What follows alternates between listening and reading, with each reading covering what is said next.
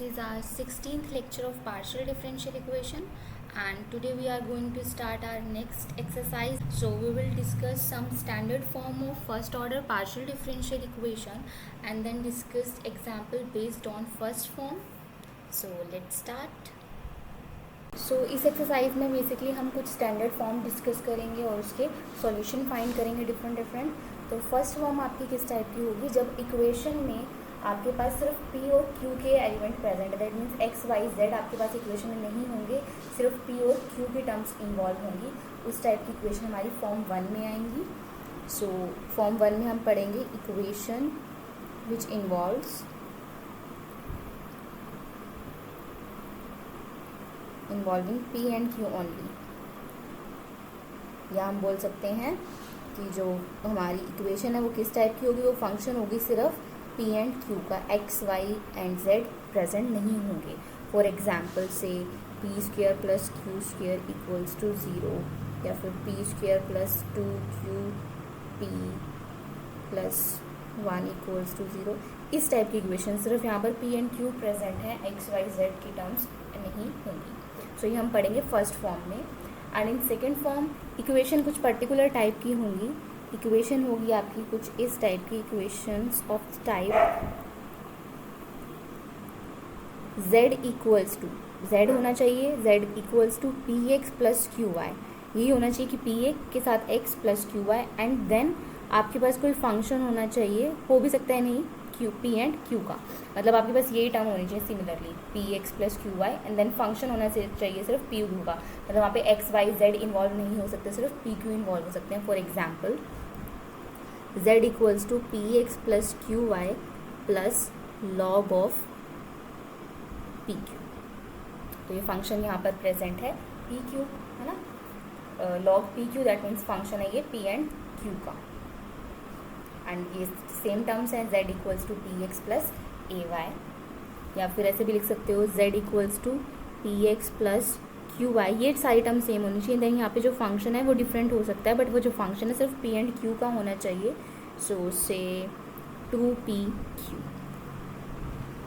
सो first form में हम पढ़ेंगे जो सिर्फ फंक्शन होंगी पी एंड क्यू की, ठीक है, जहाँ पे एक्स वाई जेड इन्वॉल्व नहीं होगा. सेकेंड फॉर्म में हम पढ़ेंगे कुछ इस टाइप की कि z equals to P X plus Q Y, then कोई फंक्शन हो सकता है पी क्यू का. थर्ड फॉर्म में हमारे पास क्या हो, जो इक्वेशन होगी उसमें x एंड y नहीं होगा, इन्वॉल्व नहीं होगा, x एंड y का फंक्शन इन्वॉल्व नहीं होगा डायरेक्टली, मतलब X square Y square X into Y, इस टाइप से, मतलब x कहीं भी या y कहीं भी इन्वॉल्व नहीं होगा, सिर्फ आपके पास होना चाहिए p q एंड z. तो वो आएंगी थर्ड कैटेगरी या थर्ड फॉर्म के अंडर. सो थर्ड फॉर्म में आपके पास आएंगी इक्वेशंस इन्वॉल्विंग से ओनली, थर्ड फॉर्म की बात कर रहे हैं हम, पी क्यू एंड जेड. सिर्फ पी क्यू जेड आएगी, या हम बोल सकते हैं कि वो फंक्शन होना चाहिए किसका, पी क्यू एंड जेड का, एक्स एंड वाई नहीं होने चाहिए involve. And in last form that is fourth form, आपके पास एक तरफ तो प्रेजेंट होना चाहिए फंक्शन x एंड p का, एंड दूसरी तरफ आपके पास फंक्शन प्रेजेंट होना चाहिए y एंड q का. मतलब जो भी हमारे पास गिवन इक्वेशन है कि हम उसको ऐसे सेपरेट कर सकते हैं left and right hand side, कि एक तरफ तो सिर्फ x एंड p के फंक्शन आए, एंड दूसरी तरफ सिर्फ y एंड q के फंक्शन आए. मतलब equations of the form, particular form है इनकी भी, कि एक तरफ तो सिर्फ x एंड p का फंक्शन होना चाहिए, दो फंक्शन है ना इसलिए मैंने f1 लिख दिया, एंड दूसरी तरफ सिर्फ y एंड q का फंक्शन होना चाहिए. अगर कोई इक्वेशन नहीं है ऐसी तो हम उसको ट्राई कर सकते हैं ऐसी बनाने की, मतलब इधर उधर ले जाके उनको left hand right hand side करके. सो फॉर एग्जाम्पल अगर आपके पास है equation this P square Y into 1 plus X square equals to Q X square, ठीक है. अगर अभी आप चेक करो तो ये इस फॉर्म की नहीं है, बट आप कर सकते हो, उसको बना सकते हो. क्या करो, x एंड p वाली टर्म एक तरफ एंड y एंड q वाली टर्म्स एक तरफ. तो हम इसको क्या लिख सकते हैं, P square 1 plus X square divide by X square equals to Q divide by y. तो यहाँ पे क्या हुआ, एक तरफ तो फंक्शन बन गया हमारे पास x एंड p का, एंड एक तरफ आपके पास फंक्शन बन चुका है ये y एंड q का. सो इस टाइप की फॉर्म आपके पास फोर्थ कैटेगरी के अंडर आएंगी. सो इन सारी फॉर्म्स को हम सेपरेटली डिस्कस करेंगे कि इनके सॉल्यूशन आपको कैसे फाइंड करने हैं। थर्ड फॉर्म का एग्जांपल रह गया था, इसका एग्जांपल आप ले सकते हो से P square plus Q square equals to Z square, है ना। पी क्यू और जेड का फंक्शन है सिर्फ ये equation. So let's start with first form. So first form discuss करते हैं जो इक्वेशन इन्वॉल्व करती हैं सिर्फ पी एंड क्यू ओनली, या फंक्शन होगी पी एंड क्यू का। That means X Y and Z वाली टर्म प्रेजेंट नहीं होगी। अगर X Y Z term present नहीं है, दैट मीन्स अगर हम इस एफ का डेरिवेटिव लेंगे विद रिस्पेक्ट टू एक्स या विद रिस्पेक्ट टू वाई या विद रिस्पेक्ट टू जेड, वो क्या आएगा, ऑब्वियसली जीरो। दैट मीन्स या ये चीज़ क्या इंप्लाई करती है, this implies curly F by curly X equals to zero, क्योंकि इक्वेशन में एक्स ही नहीं है, and curly F by curly Y भी जीरो होगा क्योंकि एफ के पास वाई नहीं वाली टर्म नहीं है, एंड करली एफ बाई करली जेड भी क्या होगा, जीरो। सेम वही यही रीज़न। तो हमारे पास जो चार-पिट ऑक्सिलरी इक्वेशन है वो किस टाइप की बन जाएगी, चार-पिट ऑक्सिलरी इक्वेशन लिखते हैं।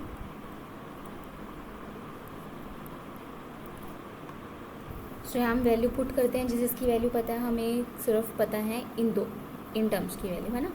आप ये पुट करो यहाँ पे तो क्या आ जाएगा, D P divide by zero, and यहाँ भी आ जाएगा D Q divide by zero. बाकी सारी equation as it is.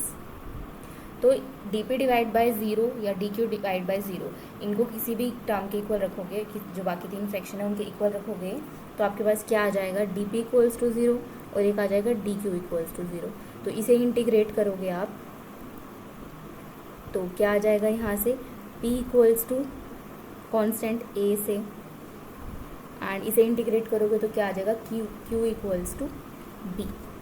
That means हम इजीली p एंड q की वैल्यू यहाँ से हमने कैलकुलेट कर ली है, ठीक है। दैट मीन्स जब भी आपके पास फर्स्ट फॉर्म होगी वहाँ पर p आपके पास एक कांस्टेंट होगा डायरेक्टली, एंड q भी एक कांस्टेंट होगा। तो यहाँ से dz equals to p into d x plus q into d y होगा, dz equals to a into d x plus b into d y. तो इसको इंटीग्रेट करोगे तो क्या आ जाएगा, z equals to A x plus B Y plus कोई एक कांस्टेंट से c। बट अगर हम देखें, अब ये तो हमारा कंप्लीट सॉल्यूशन है, बट कंप्लीट सॉल्यूशन में जितने हमारे पास इंडिपेंडेंट वेरिएबल होते हैं उतने ही आर्बिट्री कांस्टेंट होने चाहिए। बट यहाँ पे हमारे पास आर्बिट्री कांस्टेंट कितने आ गए, 1 2 3। तो इसमें से क्या करेंगे, हम चेक करते हैं कि किसी फंक्शन, ये जो हमारे पास a b c हैं, इनमें से कोई एक दूसरे से रिलेटेड तो नहीं है। अगर रिलेटेड है तो हम उसको उसमें कन्वर्ट कर देंगे, उसका फंक्शन बना देंगे। तो यहाँ पे आप सिंपली क्या करोगे, हम एग्जांपल्स में ऐसा करेंगे, जो हमारे पास p एंड q की वैल्यू आई है ना, वो हम गिवन इक्वेशन में पुट कर देंगे। इससे हमारी इक्वेशन ये है, p square plus Q square equals to 1, इस टाइप की इक्वेशन है। अब मेरे पास a और b दोनों की वैल्यू है, तो यहाँ से क्या आ जाएगा, a square plus b square equals to 1। So यहाँ से क्या आ गया, a स्क्वायर की वैल्यू आ गई 1 माइनस बी स्क्वायर, a की वैल्यू आ गई plus minus under root 1 minus b square. तो यहाँ से क्या हो गया, आपके पास जो a है वो फंक्शन बन गया b का, या आप सिमिलरली ऐसे बोल सकते हो कि b की वैल्यू क्या आ गई है, plus minus under root 1 minus ए स्क्वायर। तो यहाँ से क्या बोल दोगे, b है वो किसका फंक्शन है, a का। तो यहाँ पे हम इसलिए मैं लिख देती हूँ कि यहाँ पे b क्या है, फंक्शन बन जाएगा a का। So this is our required complete solution of form 1। तो इस कंप्लीट सॉल्यूशन को आप आर्टिकल में डायरेक्ट एग्जांपल्स में डायरेक्ट यूज़ कर सकते हो, या फिर आप दोबारा से कैलकुलेट भी कर सकते हो। ज़्यादा टाइम नहीं लगेगा हमें ऑक्सिलरी इक्वेशन फाइंड करने में, वहाँ पर आप दोबारा से इसको फाइंड भी कर सकते हो कि पी एंड क्यू की वैल्यू ये आई है, या आप डायरेक्ट इसका जर्नल सॉल्यूशन ये यूज़ कर सकते हो कि हमारा जर्नल सॉल्यूशन ये है, वहाँ से आप बाकी अदर सॉल्यूशन फाइंड कर सकते हो। एंड जो बाकी इसके जर्नल सॉल्यूशन है एंड सिंगुलर सॉल्यूशन है, वो हम एग्जांपल्स में ही डिस्कस करेंगे, चेक करेंगे क्या इस टाइप की इक्वेशन के सिंगुलर सॉल्यूशन एग्जिस्ट करते हैं या नहीं करते हैं। एक्चुअल में जो हमारी फॉर्म फर्स्ट है इसमें सिंगुलर सॉल्यूशन एग्जिस्ट नहीं करेंगे। क्यों नहीं करेंगे, हम एग्जांपल्स में चेक करेंगे कि हर बार ऐसी कंडीशन आ जाएगी जो पॉसिबल नहीं होगी। उसको डिफ्रेंशिएट करके कर लिया एफ बाय कर ली ए या कर लिया बाय बी, ऐसी इक्वेशंस आपको दे देंगी, ऐसी फॉर्म दे देंगी कि वो पॉसिबल नहीं होगी। आपको पता है कि ये टर्म पॉसिबल नहीं है, तो वहाँ से आपको पता चलेगा कि सिंगुलर सॉल्यूशन आपके एग्जिस्ट नहीं करते फॉर्म 1 के। सो उसका एग्जाम्पल फर्स्ट डिस्कस करते हैं। So example 1 example, solve the partial differential equation. ये हमें पार्शियल डिफरेंशियल इक्वेशन गिवन है, हमें इसे सॉल्व करना है।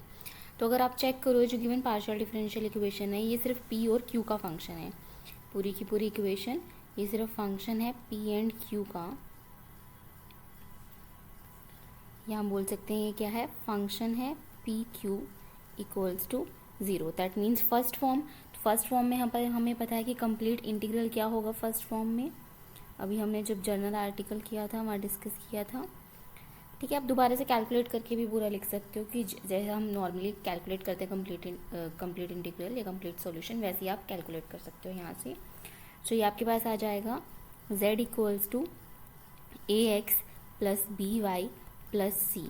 और हमने क्या बोला था, ए और बी में आपको रिलेशन फाइंड करना होगा। कैसे फाइंड करना होगा कि ये जो चेक करते हैं हम कैसे फाइंड करेंगे। पहले हम लिख देते हैं वेयर हमारे पास p की वैल्यू आई थी a, q की वैल्यू आई थी b, एंड हमने कहा था कि जो है b वो a का फंक्शन होगा, मतलब एक दूसरे से रिलेटेड है, और c आपके पास एक कांस्टेंट है। सो आपको क्या करना है, a और b में रिलेशन फाइंड करना है ताकि हम b को रिप्लेस कर पाएँ, क्योंकि मैं यहाँ b को रिप्लेस करना चाहती हूँ। आप चाहो तो आप a को रिप्लेस कर सकते हो b से, b के टर्म्स में, b के फंक्शन से। सो तब यहाँ पर आप फिर लिखोगे a is a function of b, तो बट मैं यहाँ कर रही हूँ b फंक्शन ऑफ a। तो कैसे आप वैल्यू कैलकुलेट करोगे, आपको p की वैल्यू a पता है, q की वैल्यू b पता है, वो हम इस इक्वेशन में, गिवन इक्वेशन है जो इक्वेशन नंबर 1, इसमें पुट कर देंगे। तो हमारे पास क्या आ जाएगा, a square plus 6a plus 2b plus 4 equals to 0। तो यहाँ से b की वैल्यू आपके पास आ जाएगी, सारे टर्म्स को दूसरी तरफ ले जाओ, 2b की से -4 माइनस ए स्क्वायर माइनस 6a, तो आपके पास आ जाएगी b -1/2, है ना, नेगेटिव कॉमन ले लो पूरे में से, 2 यहाँ पर आ जाएगा डिनोमिनेटर में, एंड देन इसको हम लिख लेते हैं इस फॉर्म में 6a प्लस 4। तो ये आपके पास हो गया, ये फंक्शन ऑफ a ही है ना, तो b आपके पास ऑटोमेटिकली फंक्शन बन गया a का। तो इस b की वैल्यू हम हमारे कंप्लीट इंटीग्रल में पुट कर देंगे। सो z equals to A x plus B की वैल्यू यहाँ पुट कर देते हैं, नेगेटिव साइन हो जाएगा, -1/2 A square plus 6a plus 4y plus C. ठीक है, क्योंकि मुझे 2 ही आर्बिट्री कांस्टेंट चाहिए थे ताकि इसे हम कंप्लीट इंटीग्रल कहें, क्योंकि हमारे पास जितने नंबर ऑफ इंडिपेंडेंट वेरिएबल हैं उतने ही हमारे पास आर्बिट्री कांस्टेंट होंगे, तभी हम उसे कंप्लीट सॉल्यूशन बोलेंगे। सो दिस इज हमारा कंप्लीट सॉल्यूशन है। क्लियर? सो ये हमारा कंप्लीट इंटीग्रल या फिर complete. So now we will find general solution. तो जर्नल सॉल्यूशन के लिए आपको क्या चाहिए होता था, हम सबसे पहले लेते थे कंप्लीट इंटीग्रल, आपको चाहिए पहले, तो कंप्लीट इंटीग्रल हम ऑलरेडी फाइंड कर चुके हैं। तो जब हम कर देते तो कंप्लीट इंटीग्रल क्या होता था, function of x Y Z A and b equals to 0, ये कंप्लीट इंटीग्रल था।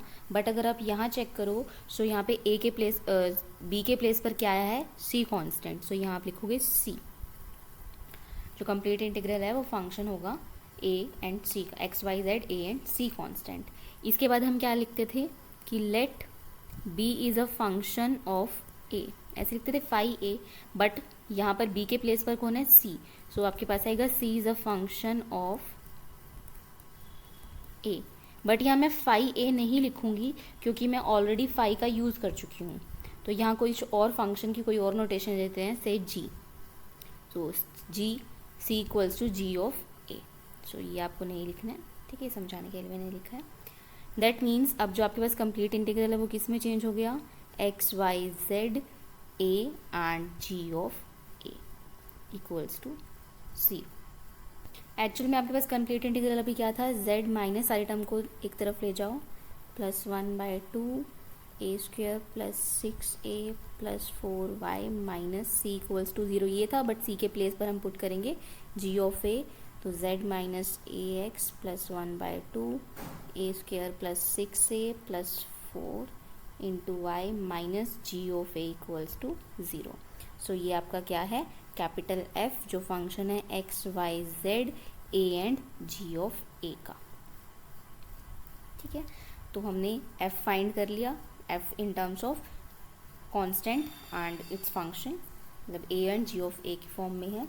उसके बाद आपको क्या करना होता था, हम बोलते थे कि आपको f इक्वल्स टू, ये जो आपके पास इक्वेशन थी f X Y Z A and phi of A का जो फंक्शन है and curly F by curly a equals to 0, इन दोनों इक्वेशन की हेल्प से हम एलिमिनेट करेंगे ए को, और उसके बाद जो रिलेशन आएगा एलिमिनेशन के बाद वो हमारा रिक्वायर्ड जर्नल सॉल्यूशन होगा। तो सिमिलरली हमारे पास f आ गया है तो हम निकालेंगे करली एफ बाई, तो इसको इक्वेशन थर्ड बोल देते हैं, इक्वेशन थर्ड करली एफ बाई करली ये कैलकुलेट करते हैं।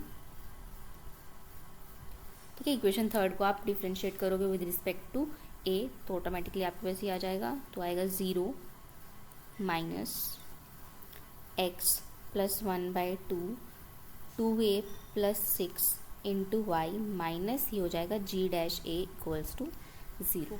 तो ये इक्वेशन कुछ इस टाइप की हो जाएगी आपके पास, माइनस एक्स प्लस, ये कैंसिल आउट हो जाएंगे, 2 कॉमन ले लोगे आप तो ये हो जाएगा a plus 3 into y minus g dash a equals to 0 से इक्वेशन फोर्थ। तो हम क्या लिखेंगे कि equation third and equation fourth का यूज करके हम एलिमिनेट करेंगे ए को, और उसके बाद जो रिलेशन आएगा एक्स वाई जेड में वो हमारा रिक्वायर्ड जर्नल सॉल्यूशन होगा। आपको निकालना नहीं है, जस्ट आपको लिख देनी है लाइन। सो ये आपका जर्नल सॉल्यूशन है। Next one is singular solution. And one more thing, आपकी बुक में शायद जी की प्लेस पर किसी और फंक्शन के सिंबल का यूज़ किया होगा, so it's totally up to you आपको किस सिंबल का यूज़ करना है।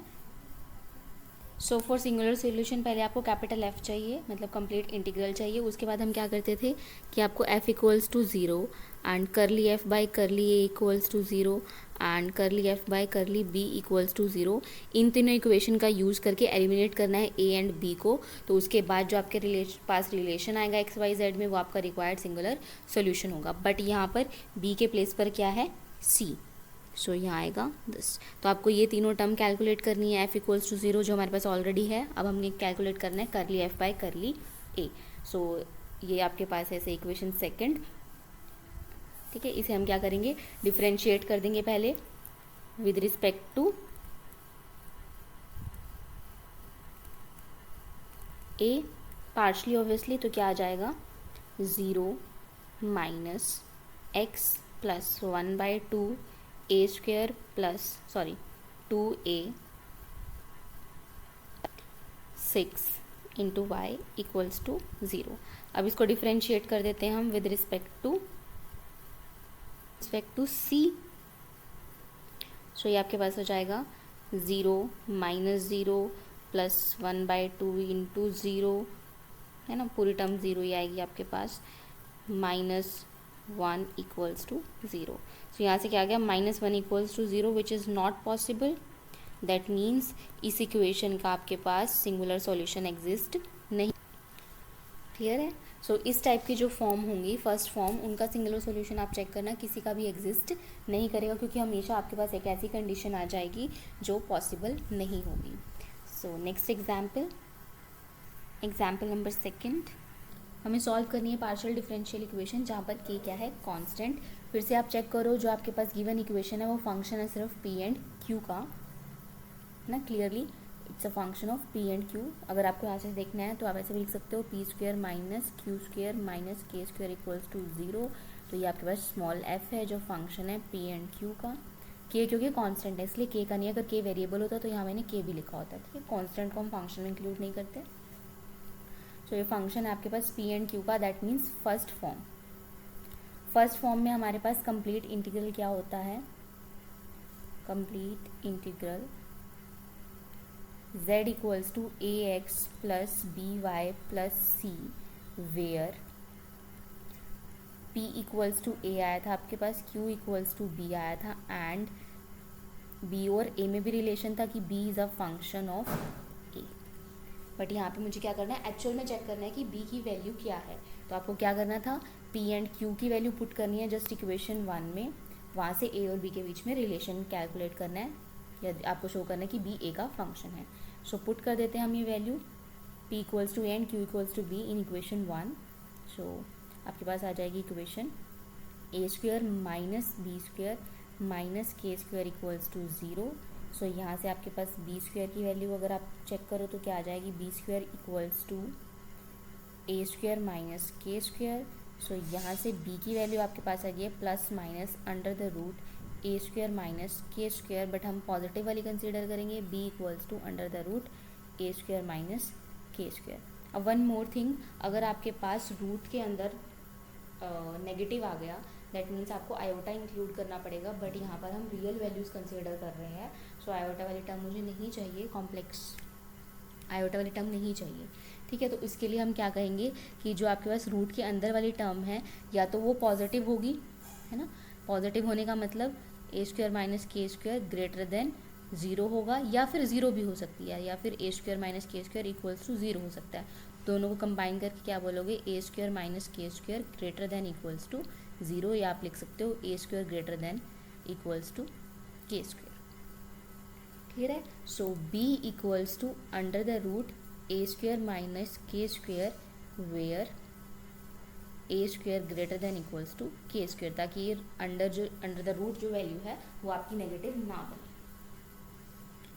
सो यहाँ से अगर हम इस b की वैल्यू पुट कर दें तो अब कंप्लीट इंटीग्रल आपके पास क्या हो जाएगा, z equals to A x plus under the root A square minus के square Y plus C. So this is your required complete integral. इसको प्रॉपर फॉर्म में लिखना चाहते हो तो आप ऐसे लिख सकते हो, z minus A X minus under the root A square minus के square Y minus C equals to zero. ये आपके पास है कैपिटल F जो फंक्शन है x Y Z A and C का।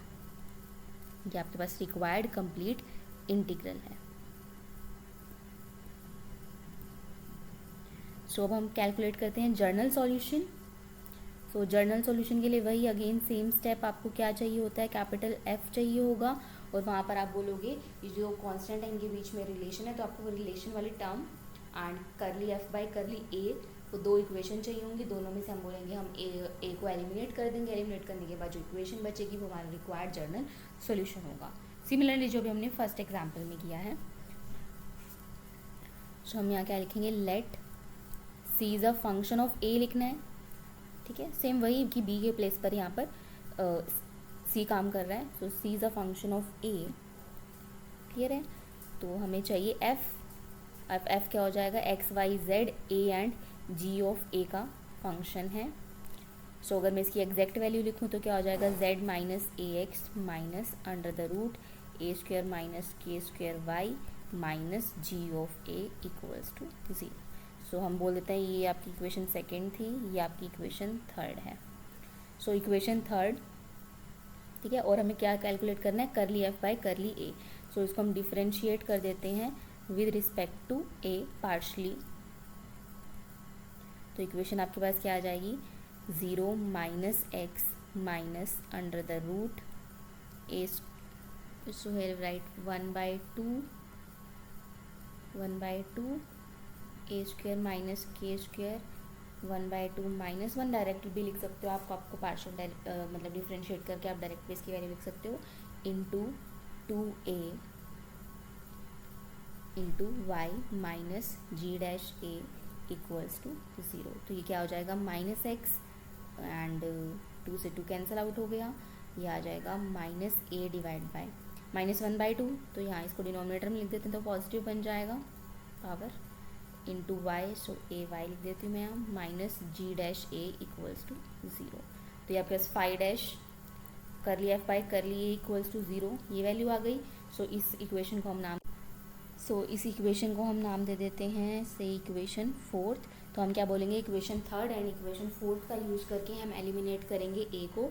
एलिमिनेट करने के बाद जो हमें सॉल्यूशन मिलेगा वो हमारा क्या होगा, या जो रिलेशन मिलेगा वो हमारा रिक्वायर्ड जर्नल सॉल्यूशन होगा। So next one is singular solution.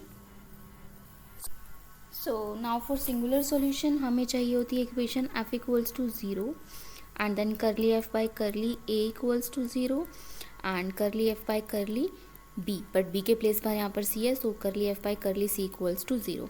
इन तीनों इक्वेशन का यूज़ करके हम एलिमिनेट करेंगे a एंड c को, और जो इसके बाद हमें रिलेशन मिलेगा वो हमारा रिक्वायर्ड सिंगुलर सॉल्यूशन होगा। सो चेक करते हैं इसका सिंगुलर सॉल्यूशन एग्जिस्ट करता है नहीं, अगर करता है तो क्या इसका सिंगुलर सॉल्यूशन है। सो f इक्वल्स टू 0, ये इक्वेशन हम ऑलरेडी कैलकुलेट कर चुके हैं, ये हमारे पास आई थी z minus A X minus under the root A square minus के square Y and then minus C equals to 0। अब हम कैलकुलेट करते हैं करली F by curly a equals to 0। सो यहाँ से इसको डिफ्रेंशिएट करोगे with respect to A partially, तो ये आपके पास आ जाएगा माइनस एक्स, ये हम ऑलरेडी कैलकुलेट कर चुके थे इसका, तो ये आपके पास आएगा 2a under the root A square minus के स्क्वेयर, यहाँ भी 2 था तो 2 से 2 आपका कैंसिल आउट हो गया था, सो कैंसिल आउट हो गए थे ये, इंटू वाई इक्वल्स टू 0, ये आ जाएगा आपके पास। एंड देन इसको ऐसे भी लिख सकते हो, दोनों नेगेटिव हैं तो पॉजिटिव बन जाएंगे, माइनस कॉमन लेके दूसरी तरफ हमने लिख दिया। सो ये आपके पास हो जाएगा 2a into y divide by a square minus के स्क्वेयर इक्वल्स टू 0। सो एक इक्वेशन तो ये आई आपके पास। अब करली एफ बाय करली, इसे हम बोल देते हैं इक्वेशन सेकंड, ये आपके पास है इक्वेशन थर्ड, या अगर मैंने इक्वेशन नंबर दे दिया होगा तो चेंज कर देना। करली एफ बाय करली सी इक्वल्स टू 0, सी के रिस्पेक्ट में करते हैं तो देखो क्या आएगा, -1 equals to 0 which is not possible obviously, that means कोई सॉल्यूशन ऐसा एग्जिस्ट ही नहीं करेगा, तो इसका कोई भी सिंगुलर सॉल्यूशन एग्जिस्ट नहीं करता, that means no singular solution.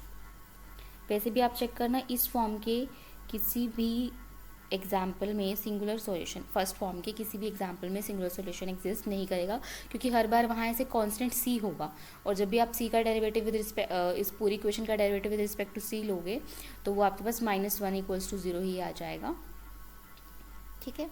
So singular solution exist नहीं करता इस फॉर्म का। So next example number third. So example third, find the complete integral of this equation.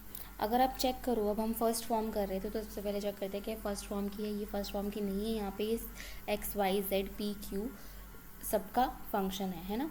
तो हम इसको ट्राई करते हैं चारपिट मेथड से। तो आप इसको चारपिट मेथड से अगर ट्राई करोगे तो वो इक्वेशन बहुत कॉम्प्लिकेटेड हो जाएंगी, वो सॉल्व नहीं हो पाएंगी, इसलिए हम फिर ट्राई करेंगे कि इसको किसी फॉर्म में कन्वर्ट करने का।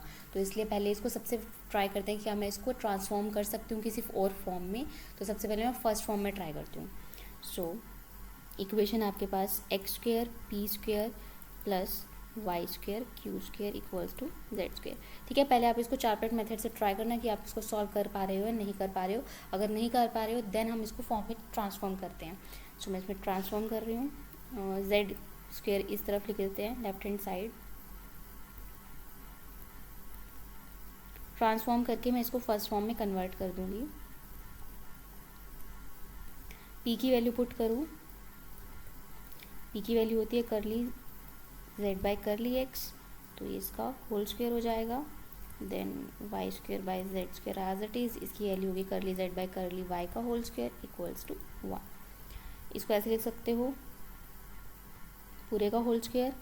सिमिलरली नेक्स्ट टर्म को भी लिख सकते हैं y divide by z curly z by curly y का होल स्क्वेयर इक्वल्स टू 1। अब हम क्या करते हैं, late 1/x into d x, इसको मैं सपोज कर लेती हूँ कैपिटल डी एक्स। अब मैं सारी जो पार्शियल डेरिवेटिव हूँ वो कैपिटल वाले टर्म में चेंज कर दूँगी ताकि हमारी इक्वेशन फर्स्ट फॉर्म में चेंज हो जाए। 1/x इंटू डी एक्स को मैंने लिया capital D x, then 1/y into d y small को मैंने लिया है d derivative of capital y, and then same with z, ये मैंने लिया कैपिटल z, ठीक है। जैसा हम करते थे इंटीग्रेशन वगैरह में इसको, तो अगर आप इसको इंटीग्रेट करो इस इक्वेशन को तो क्या आ जाएगा यहाँ से, log x equals to capital x, मतलब यहाँ पे रिलेशन पता चल गया है मुझे स्मॉल और कैपिटल x में, क्योंकि मैं कन्वर्ट करने वाली हूँ capital x capital y capital z में सारी इक्वेशन को। तो लेकिन एट द एंड मुझे वापस small x small y small z में हमारे आंसर चाहिए होगा, तो वापस हम वहाँ पर इसकी वैल्यू पुट कर देंगे। सो ये रिलेशन आया है capital x and small x में। यहाँ से similarly log y equals to y आ जाएगा, दैट मीन्स कैपिटल y की वैल्यू है log y, एंड में पुट करने के यूज़ आएगी। सिमिलरली यहाँ से log z equals to capital z हो जाएगा, तो यहाँ से हम कैपिटल z की वैल्यू पुट करेंगे। अब हम क्या करते हैं, जो हमने लेट किए हैं सपोज किए हैं, इनका यूज़ करते हैं इक्वेशन किसमें, इक्वेशन से इक्वेशन सेकेंड, फर्स्ट जो थी हमारी वो गिवन इक्वेशन को मान लेते हैं। सो इसका हम यूज़ करते हैं इक्वेशन नंबर सेकेंड में। सो यहाँ से देखो ये टर्म, अगर आप चेक करो दिस टर्म क्लियरली आपको विजिबल होगा, दिस टर्म ये क्या है, रेसिप्रोकल ऑफ दिस है ना, बट पार्शियल डेरिवेटिव के फॉर्म में है तो ये आ जाएगा करली एक्स, और ये करली जेड बाय जेड है, इसकी वैल्यू आपके पास आ जाएगी दिस करली जेड, तो ये हो गया whole square. Similarly next term को आप लिख दोगे curly z by curly y whole square equals to 1। अब curly z by curly x capital है तो मैं इसको कैपिटल नोटेशन देती हूँ, ये है कैपिटल पी स्क्वायर, ये है capital Q square. Partial derivative होनी चाहिए, जस्ट पार्शियल डेरिवेटिव है ये तो इक्वेशन बन गई है हमारे पास P square plus Q square equals to 1। तो अब ये फंक्शन बन गया है हमारे पास पी एंड क्यू, मतलब दोनों पार्शियल डेरिवेटिव का सिर्फ फंक्शन बन गया, इन्हीं का कोई स्मॉल पी स्मॉल क्यू होना चाहिए, जो पार्शियल डेरिवेटिव है उनका होना चाहिए, ठीक है। तो ये उनके पार्शियल डेरिवेटिव हैं, तो ये हमारे पास फर्स्ट फॉर्म में चेंज हो गया, ये हो गई है फॉर्म 1। तो फॉर्म 1 में कंप्लीट इंटीग्रल क्या होता है, कंप्लीट इंटीग्रल अब कैपिटल में यूज होगा, capital Z equals to A into capital X plus y into plus B है ना, plus B into capital Y, so B into capital Y plus C, where P की value मतलब capital P use हो रहा है, capital P की value क्या होगी स्मॉल a, एंड Q की वैल्यू हो जाएगी B, एंड A और B में फिर से वही रिलेशन कि B is a function of A, ठीक है। तो अब हम क्या करते थे, उसके बाद नेक्स्ट स्टेप क्या होता था, P और Q की वैल्यू हम अपनी इक्वेशन में पुट करते थे, इससे इक्वेशन नंबर 3 इक्वेशन में पुट करते थे, वहाँ से A और B के बीच में रिलेशन फाइंड करते थे। सो हम इसकी वैल्यू पुट कर रहे हैं इक्वेशन 3 में, इक्वेशन 3 है, यहाँ पे क्या आ जाएगा a square plus b square equals to 1।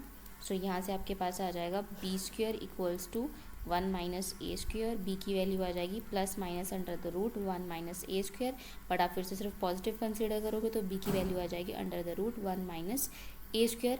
फिर से जो आपके पास ये रूट के अंदर जो टर्म प्रेजेंट है ये आपके पास पॉजिटिव होनी चाहिए या फिर ज़ीरो हो सकती है ना, तो ग्रेटर देन इक्वल्स टू 0 होना चाहिए, 1 minus A square greater than equals to 0 होना चाहिए, या आप बोल सकते हो 1 greater than equals to A square, या इसको लिख सकते हैं a less than equals to 1, ठीक है।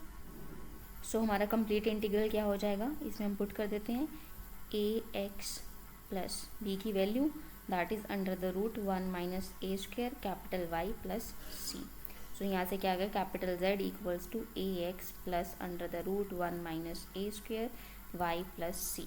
सो ये आपका कंप्लीट इंटीग्रल है किस इक्वेशन का, इक्वेशन नंबर 3 का, बट मुझे किसका कैलकुलेट करना था, जो गिवन इक्वेशन थी, तो बस आपको क्या करना है, जो इनकी वैल्यूज़ थी वो पुट कर देनी है। सो यहाँ पर आप Z की वैल्यू पुट करोगे, कैपिटल Z की, ये आपके पास वैल्यू थी लॉग स्मॉल z a, इसकी वैल्यू थी log x plus under the root as it is, इसकी वैल्यू थी आपके पास log y प्लस c।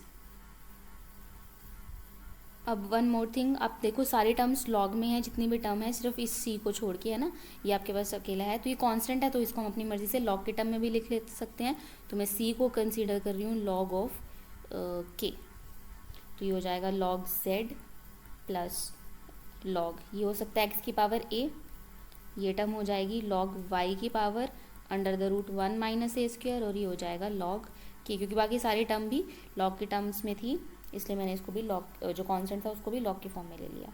तो यहाँ से आ जाएगा log z इक्वल्स टू, ये सारे मल्टीप्लाई में आ जाएंगे आपके पास x की पावर a इंटू वाई की पावर 1 माइनस ए स्क्वायर इंटू के, तो यहाँ से z की वैल्यू आ जाएगी x की पावर a y की power 1 minus A square into k. So this is your required complete integral या कंप्लीट सॉल्यूशन, और कांस्टेंट यहाँ पे क्या है, a एंड k, दो कांस्टेंट इन्वॉल्व किए हैं हमने। So number of arbitrary constant equals to number of independent variable, ये आपका कंप्लीट इंटीग्रल है या कंप्लीट सॉल्यूशन है।